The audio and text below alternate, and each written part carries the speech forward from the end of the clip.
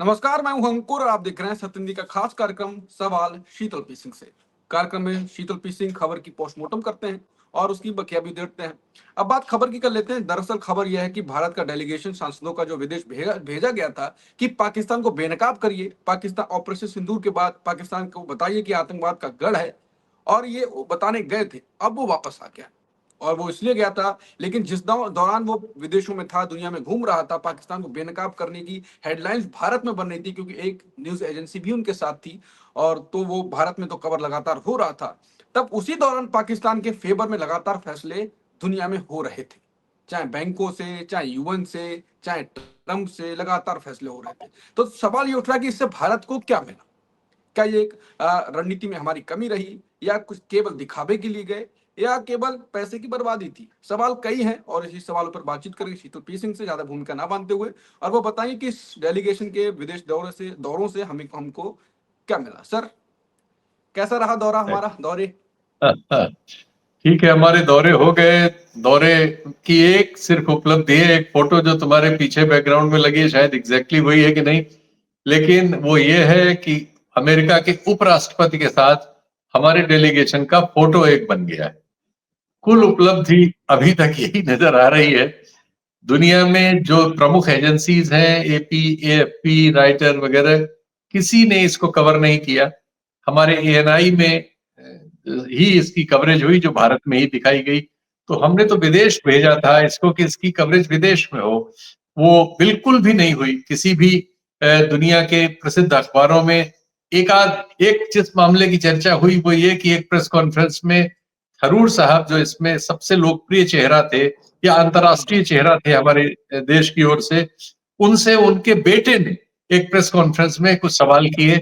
उसको लेके Washington post वगैरह में थोड़ी सी भी आखिर में खबर है, लेकिन जिस मुद्दे पर भारत की ओर से लोग गए थे, उस मुद्दे की क्या स्थिति है, मैं सीधे उस पे आना चाहता हूं, नहीं तो प्रसंग जो है इधर से उधर हो जाएगा और ये अंकुर का प्रोग्राम बहुत ही टाइट और बहुत छोटा सा होता है।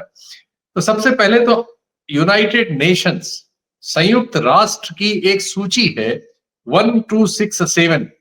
ये जो सूची है, ये designated foreign terrorist organisations, specially designated global terrorist, इनकी सूची जारी करती है। यानी जो दुनिया में आतंकवादी संगठन है उनके बारे में, और जो आतंकवादी हैं जो दुनिया में माने गए हैं बहस और उसके बाद, उनके बारे में संयुक्त राष्ट्र संघ की ओर से उसकी वेबसाइट पर एक सूची जारी करती है। इस सूची के कुछ महत्वपूर्ण नाम मैं आपको पढ़ के सुना रहा हूं।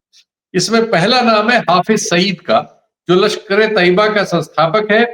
इसे यूएन और अमेरिका दोनों, इसको आज नहीं, यूनाइटेड नेशंस और अमेरिका दोनों जो 26/11 का मुंबई हमला हुआ था उसके लिए जिम्मेदार ठहराते हैं। यानी ये पुष्ट है एकदम। ये पाकिस्तान में रहता है, एक दो बार अंतरराष्ट्रीय दबावों की वजह से इसको बीच बीच में अरेस्ट वरेस्ट किया गया है, फिर वहां की अदालतों से वो छूट जाता है और ये पाकिस्तान में है और बहुत संगठन के रंग बदलता रहता है। इसके बारे में डिटेल्स बहुत है, आज के प्रोग्राम में सिर्फ इतना कह के मैं आगे बढ़ता हूं। दूसरा नाम है हाफिज अब्दुल रऊफ। ये लश्कर तैयबा का ये भी वरिष्ठ नेता है और अमेरिका की भी वांछित सूची में शामिल है, यूनाइटेड नेशंस की वांछित सूची में तो है ही है, इन सब पर इनाम भी है। और ये अभी हाल में जो आतंकी मारे गए थे ये हमारे इस ऑपरेशन में, उसके बाद उनका एक जनाजा जो निकलता है उसमें ये बाकायदा उसकी अगुवाई कर रहा था, और वहां की मिलिट्री वगैरह के भी ऑफिसर उसमें साथ साथ खड़े थे, जिस पर बड़ी चर्चा हुई थी। ये वो है। तीसरा अब्दुल रहमान मक्की, ये लश्कर तैयबा का एक प्रमुख नेता है और इसको वैश्विक आतंकवादी घोषित किया गया था, और इसका वो हमारे 26/11 की घटना जो हुई थी मुंबई में, उसमें इसका सबसे ज्यादा मेन नाम इसी का है। साजिद मीर, ये भी एक शीर्ष ऑपरेटिव है लश्कर तैयबा का, और 26/11 के हमलों में अमेरिका और यूनाइटेड नेशन द्वारा वांछित है, ये दुनिया में वांछित है। मसूद अजहर जैश ए मोहम्मद का नेता है और जो 2019 से ही वैश्विक आतंकवादी घोषित है पुलवामा हमले के बाद। इसके अलावा एक बहुत बड़ी संख्या है, लेकिन ये मैंने एकदम वो प्रमुख लोगों के नाम लिए जिनको अमेरिका ने भी, यूनाइटेड नेशंस ने भी आज नहीं एक जमाने से आतंकवादी घोषित कर रखा है, और इनके संगठनों को, इनके सब ये यूनाइटेड नेशंस के वेबसाइट पर 1267 जो आतंकवादियों के लिए लिस्ट जारी करने का उनका फोरम, मतलब उसकी धारा है, उसमें ये उल्लिखित है। अब इसके बाद हमें ये देखना होता है कि लेकिन इस बीच हुआ क्या है, जो अभी थोड़ा सा इशारा जिसका अंकुर ने किया। यूनाइटेड नेशन सिक्योरिटी काउंसिल की जो परमानेंट सीट है 2025-2026 के लिए, उसमें जापान की जगह पाकिस्तान को चुना गया है। ये अभी अभी की बात है, ऑपरेशन सिंदूर के बाद, ठीक उस समय जब हमारे बहुत सारे डेलीगेशंस सांसदों के सारी दुनिया में घूम रहे थे, अमेरिका समेत, उस समय ही इसको इस वर्ष के लिए जापान की जगह पाकिस्तान को चुना गया है। इसके बाद chair of Taliban sanctions committee, एक तालिबान को दुनिया में आतंकवादी संगठनों के तौर पे बहुत समय से जाना समझा जाता है, इसीलिए अफगानिस्तान को कोई सभ्य देश, भारत समेत, अपने दूतावास वगैरह नहीं खोलने दे रहा है अभी तक।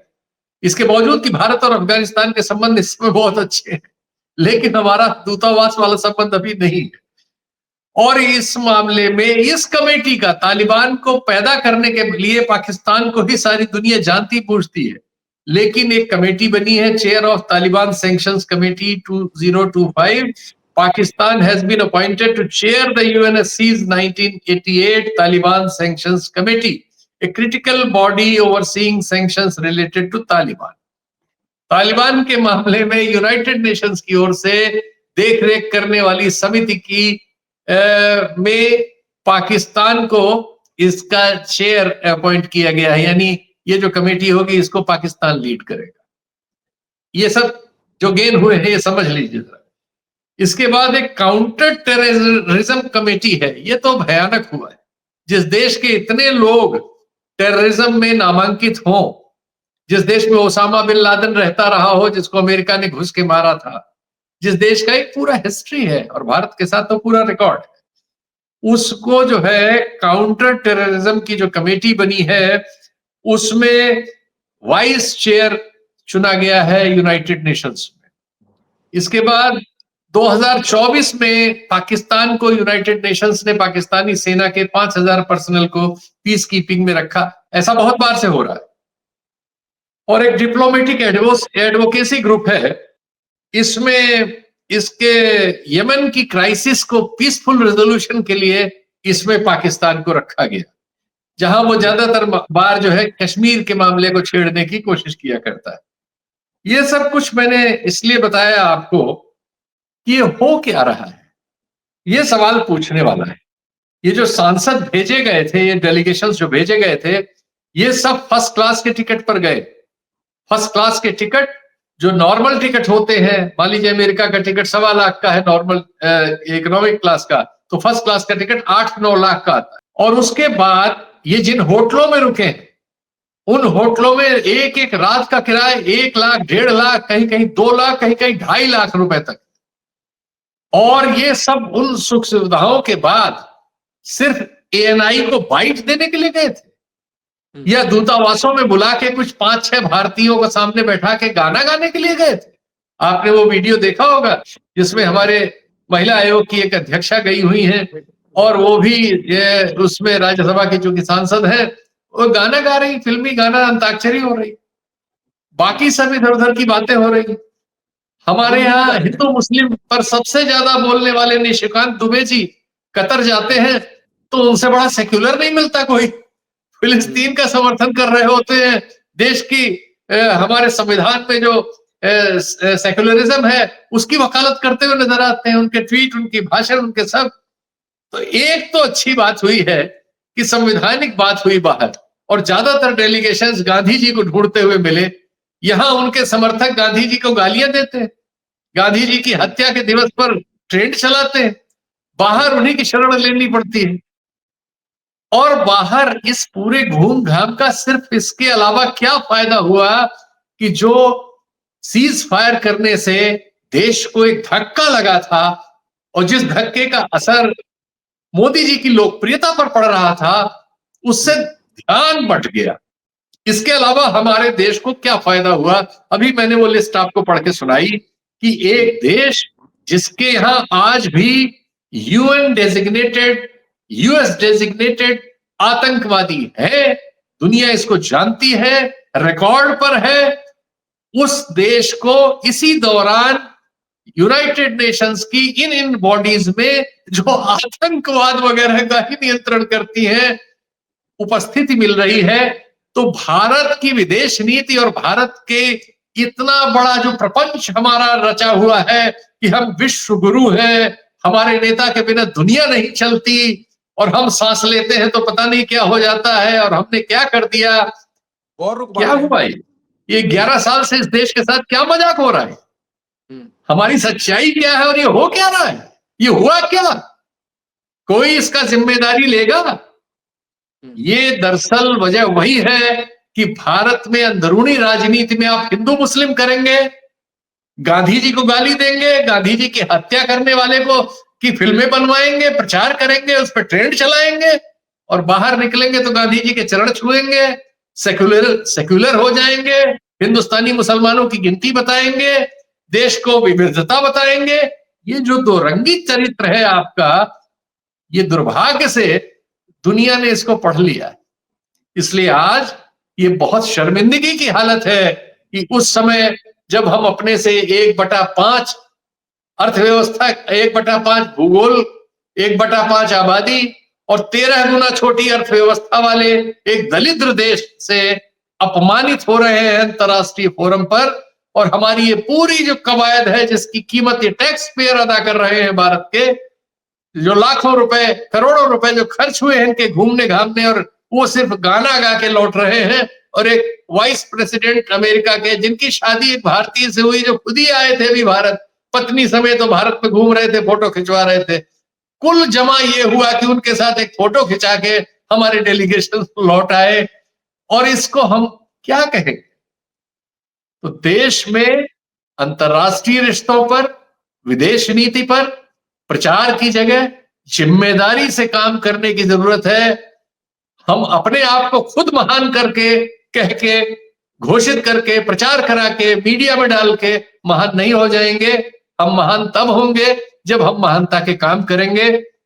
इस चीज को समझने की जरूरत है। तुम्हारा कोई सवाल हो अंकुर तो और बोल दूं, मैंने हार्ड फैक्ट्स रख दिए हैं, लोग अपने आप फैसला करें।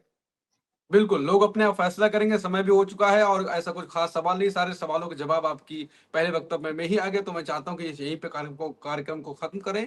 और बात यही है कि निष्कर्ष यही है कि इस डेलीगेशन के जाने से पूरा जो माहौल हमारे यहाँ बनाया जा रहा था, एक ही फायदा हुआ, जो कि सर ने कहा कि जो ध्यान भटकाया गया, मोदी की छवि जो खराब होने की शुरुआत हो गई थी, और अभी भी ऐसे कुछ खास नहीं कि ज्यादा ध्यान भटका दिया, अभी भी सवाल वहीं पे उठ रहे हैं, लेकिन ध्यान लोगों का भटकाया गया, लेकिन लोगों को पैसे से। नमस्कार।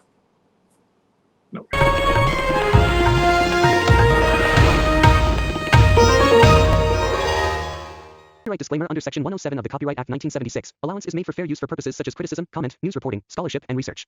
Fair use is a use permitted by copyright statute that might otherwise be infringing.